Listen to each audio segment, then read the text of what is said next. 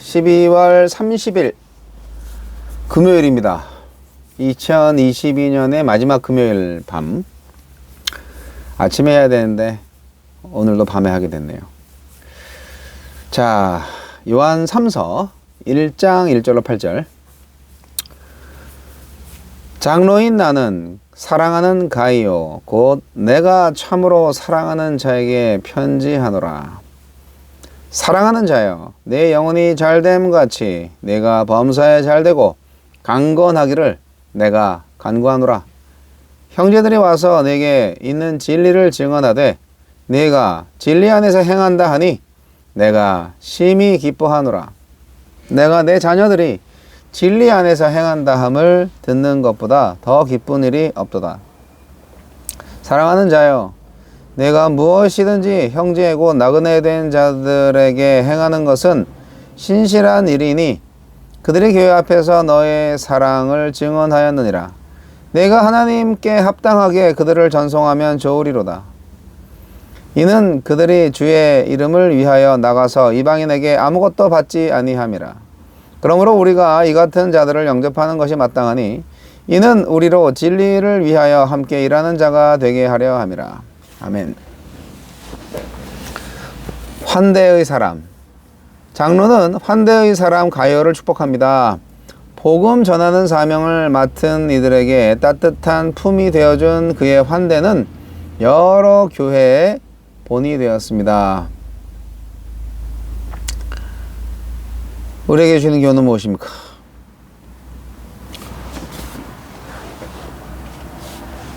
요한은 진리 안에서 사랑하는 가이오에게 편지를 씁니다. 초대교회 당시 한 사람에게 편지를 써 보내는 일이 얼마나 수고스럽고 큰 대가를 치르는 것인지 생각할 때 가이오를 향한 장로의 애정의 크기를 짐작할 수 있습니다. 요한은 가이오의 영혼뿐만 아니라 신앙과 삶의 모든 영역, 육체의 강건함까지 그의 삶이 총체적으로 잘 되기를 바랍니다. 아낌없이 축복하는 요한의 사랑은 하느님 아버지의 심정을 조명합니다. 하느님 아버지도 자녀된 우리를 향해 같은 마음으로 복주시길 원하십니다. 서로 사랑하라는 그리스도의 교훈을 신실하고 충성스럽게 따르는 가이오의 소식을 듣고 요한은 기쁨을 감추지 못합니다. 나그네를 환대하고 섬김으로써 진리를 실천하는 가이오를 보며 이보다 더한 기쁨이 없다고 말할 만큼 크게 기뻐합니다. 교회가 진리에 굳게 서서 신실하게 사랑을 실천할 때 우리를 바라보시는 하나님은 얼마나 기뻐하고 계실까요? 한 사람을 따뜻하게 받아주는 것은 거창한 준비가 필요한 일도 아니고 극적인 상황에서 벌어지는 일도 아닙니다.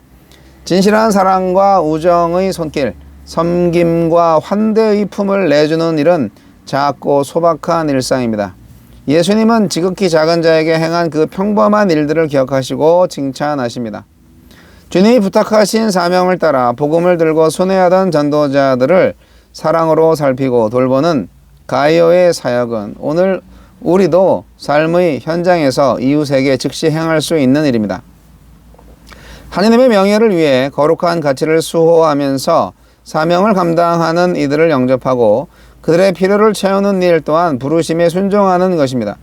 누군가를 환대하고 섬기는 일은 동정이나 자선이 아니라 은총입니다.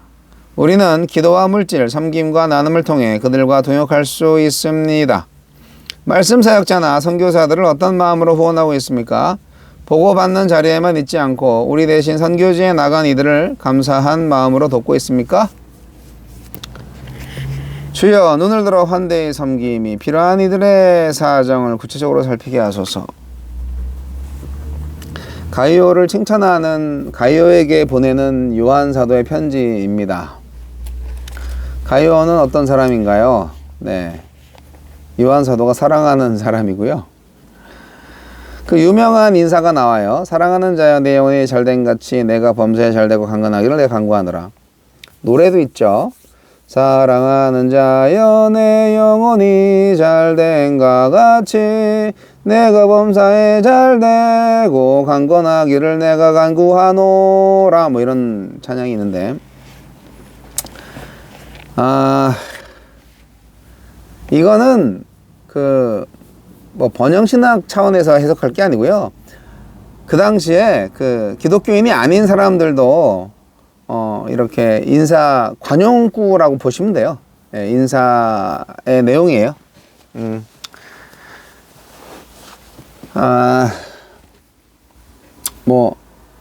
근데 멋있죠. 내 영혼이 잘된 같이 내가 범사에 잘되고 강건하기를 내가 간구하노라. 너무 멋있어. 사랑하는 자요. 네. 근데 더 멋있는 건 이거죠. 네가 진리 안에서 행한다 하니 내가 심히 기뻐하노라. 진리 안에서 행한다는 거, 이게 엄청난 일이죠. 저와 여러분이 요한사도부로부터 칭찬을 받으려면 진리 안에서 행하는 사람이 되어야 하는 거예요. 순회 전도자들이 그 당시에 많았고 여러 교회들을 순회했습니다. 근데 순회 전도자들이 어떻게 보면은 나그네잖아요. 예, 경비가 필요하잖아요. 근데 그런 전도자들을 가이오는 굉장히 잘 섬겼던 것 같아요.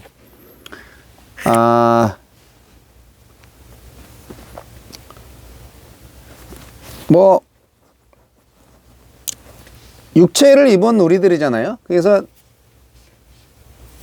먹어야 살죠. 또 차비가 있어야 어딜 가죠. 그거 어쩔 수 없어요. 복음은 공짜라고 생각하나요? 내가 볼 때는 공짜가 아니에요. 누군가가 값을 치른 거예요. 내가 치르지 않았다 할지라도. 복음 얼마나 값비싼 건데요. 네. 장로가 이렇게 그 몸과 일과 영혼이 모두 잘 되기를 기도하는 이유가 있어요. 그 당시에 몸은 부정하고 영만 거룩하다고 하는 이단, 그 영지주의와 다른 기독교를 말하는 거예요. 전인적인 건강을 빌어주는 거죠. 요즘은 반대가 됐죠. 몸과 물질의 보호에 너무 관심을 보이고 영의 건강은 별로 관심이 없는 세상에 살고 있죠. 하나님이 기뻐하시는 영혼이 되는 거를 최우선순위로 삼아야 되는데 말이죠. 이거 참. 자, 병든 몸, 빈약해진 살림 속에서도 하나님의 축복의 손길을 통찰하고 감사할 수 있는 신앙이 되기를 바랍니다. 몸은 가난해도 영은 부자가 될 수 있죠. 자, 요한 사도는 가이오 때문에 아주 기뻐했습니다. 진리 안에서 이렇게 행하신다고. 근데 진리를 잘 행한다는 게 그럼 뭐를 했는데 이 사람이 행한 진리가 뭔데? 그게 중요합니다. 가이오가 뭘 했냐면 전도자들을 섬겼던 거예요. 나그네들을 섬겼던 거예요. 순회 전도자들이나 나그네들을 잘 영접하고 후원한 거예요. 그게 진리 안에 행한 거죠. 그래서 가이오한테 환대를 받은 사람들이 너도 나도 이 입에 침이 마르도록 가이오를 칭찬한 거예요. 가이오 그 친구 덕분에, 그분 덕분에 정말 잘 먹고 잘 자고 사역을 잘했어요. 이런 거죠. 정말 큰 사랑을 받았어요. 이런 거죠. 그래서 요한 사도는 가이오한테 계속 부탁하는 겁니다. 그들을 잘 전송해라. 하나님께 합당하게 해라. 이런 거죠.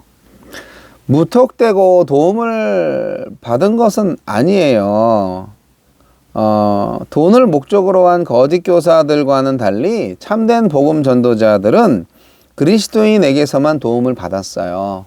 그게 좀 특별했죠. 참된 환대는요, 주는 자와 받는 자의 진실한 관계를 전제로 합니다. 아무나 누구한테 돈만 주면 받는 그런 거 아니죠.